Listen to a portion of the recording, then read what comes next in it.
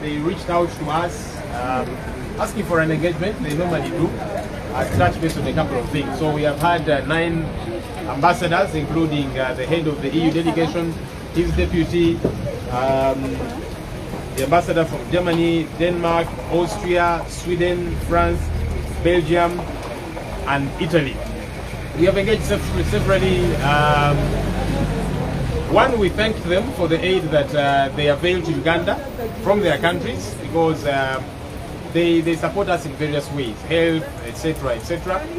But we cautioned them to follow up, because most of this aid that is sent is stolen by government officials, and so we are entrusting them to keep a keen eye on this money that belongs to their taxpayers, which they send to Uganda, you know, to help out with our healthcare and all of the other areas. You know, it's important that they follow up and they make sure there's value for money, because as you see, corruption nowadays is beginning to skyrocket. So many times, even this aid money is stolen. So we've asked them to interest themselves in this issue.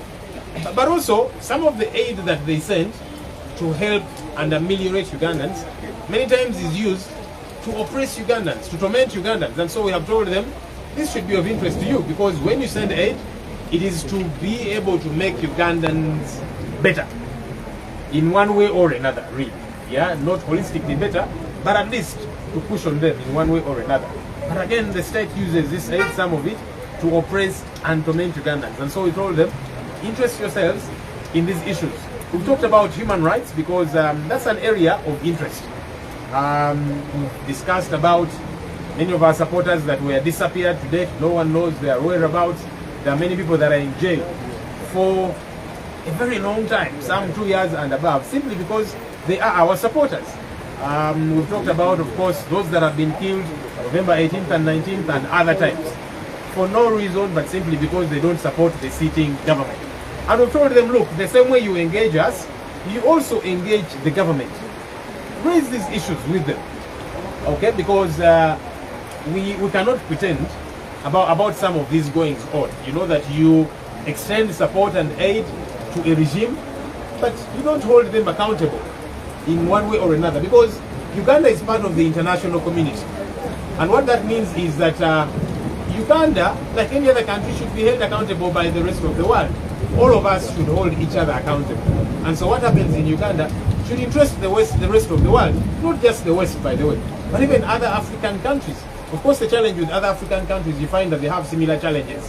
So the presidents in some of these African countries will fear to hold Mr. Museveni accountable, because they're doing something similar in their countries. So we are saying, we are part of the international community. Let's see how we keep holding each other accountable, how leaders treat their citizens. Yeah, we have never and never shall we say, you know, that we want these people to come and run our affairs. No, they are friends of Ugandans, and so we should hear that out in their voices and in what they do. Ultimately, the message to Ugandans is that we are the ones going to liberate ourselves. Nobody is going to come from any country to liberate us as a country. We have got to do that ourselves. Yes, the rest of the world should raise their voices when there is brutality and killings and all of these different things that are happening. They should not be quiet, and that's what we have told the ambassadors. But ultimately, no one is going to liberate us, okay? We have got to do it ourselves. We have got to do the heavy lifting, if you like, as a country. Uganda. But I probably one question. This isn't the first time the EU ambassadors are meeting political parties here in Uganda. I want to imagine these are key meetings, because if you look around the human rights violations, these are guys who are meeting the president.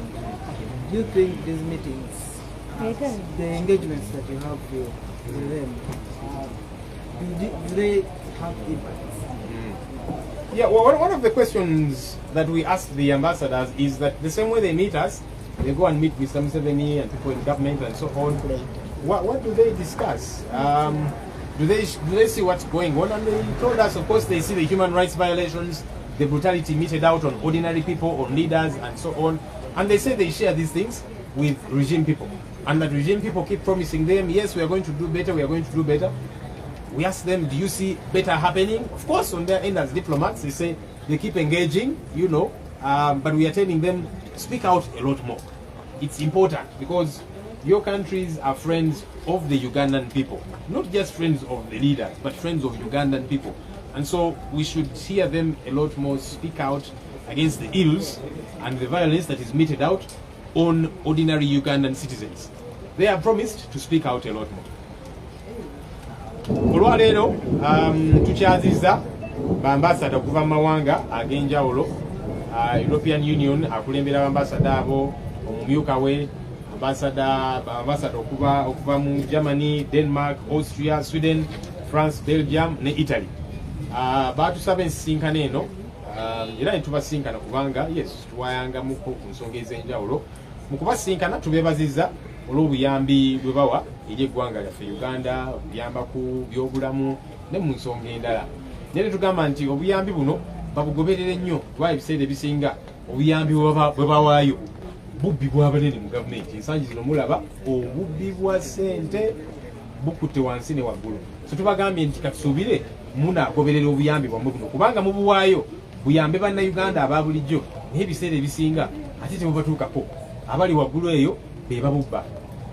Ensonga endala era ku buyambi eyo gye twogeddeko nti obuyambi buno yes babuwaayo okuyamba bannayuganda naye ate gavumenti yaffe eno egenda neekozesa obuyambi obwo okutulugunya bannansi.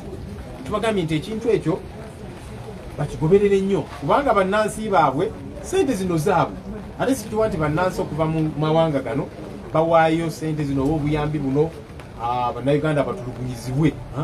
Babuwaayo obulamu bw'abannayuganda mu ngeri emu oba endala butereremuko. So ensonga eyo tugisimbyeko nnyo essira era ne twogera ku bigenda maaso mu ggwanga lyaffe. Abantu batulugunyizibwa, abakulembeze, abantu ba bulijjo bakubibwa, bangi battiddwa, bangi bali mu makomera awatali musango naye nti lwakubanga bawagira NUP. Tubawambye nti naye bwemwogera ne Mwami Museveni ne banne ensonga zino muzoogerako kubanga bye bigenda mu maaso. Nga leero twagala ensinkano zino zibeere just kunywamuko kacaayi ne twekubisa ebifaananyi naki. Tubagamba nti yes, Uganda yerimu ku mawanga amalala mu nsi yonna kye tuyita international community. Ekitegeeza nti ekifa mu Uganda kikwata ku buli ggwanga eddala, si bazungu bokka naye n'amawanga amalala mu Africa. Of course obuzibu mu mawanga amalala mu Africa, pulezidenti w'amawanga amalala mu Africa muno oluusi batya okwogera ku lwaki kubanga Mwami Museveni ne gavumenti bye bakola wano e Uganda nabo bye bakola mu mawanga gaabwe, so batya okwogera. Naye tukubiriza amawanga gonna agali eyo, si bazungu bokka n'Abafirika abalala. Ebigenda mu maaso wano tubitwale nga bikulu kubanga tuli part of international community. Gavumenti eno teyinza kubanga eriisa bannayuganda akakanja nga muli emusirise. Ffe tetugamba nti abantu bano oba abazungu oba baani bajje baddukanye eggwanga lyaffe, nedda. Era bannayuganda twagala obbajjukiza nti ffe nga bannayuganda ffe abagenda okwenunula, so si bano bannaffe mikwano gyaffe abazungu oba baani. Abo yes twagala bayimusa amaloboozi gaabwe basisinkana kyali waabwe Mwami Museveni kubanga yes bamusisinkana gavumenti ye bagiwa obuyambi naki boogere ku nsonga zino. Naye ffe nga bannansi ffe abagenda okwenunula. Amaaso tugateeka oba ku bazungu oba ku baani oba ku baani abalala bonna yes twagala bayimusa amaloboozi gaabwe gavumenti eno ereme kutulugunya bannansi nga tewali kyogerwako. Naye bwekuba kwenunula ffe abalina okyekolera. Uganda agamba nti nannyini nfu yakwata awawunya. Sibye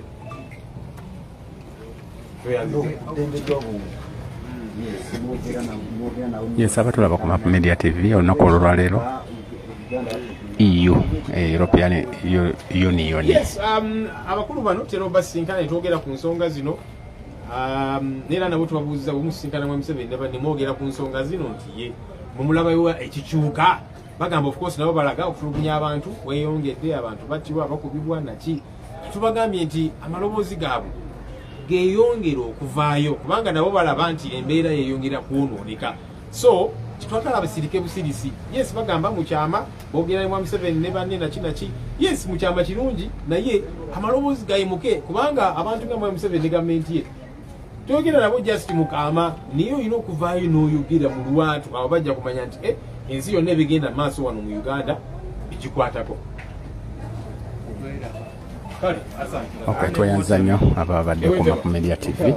Tubadde ne baganda baffe abazungu aba EU batukyaliddeko wano. Video gyeri ku YouTube nga bwe batuuse bwe babadde ebiteeseddwako bibadde ebyakyama ne abakulu basobodde okutusunsuliramu biki ebibaddewo. Tubadde nabo abasukkidde ddala ndooza mu 40 wano ku kitebe kyaffe Kamochi ku kitebe kyaffe Kavule Makerere.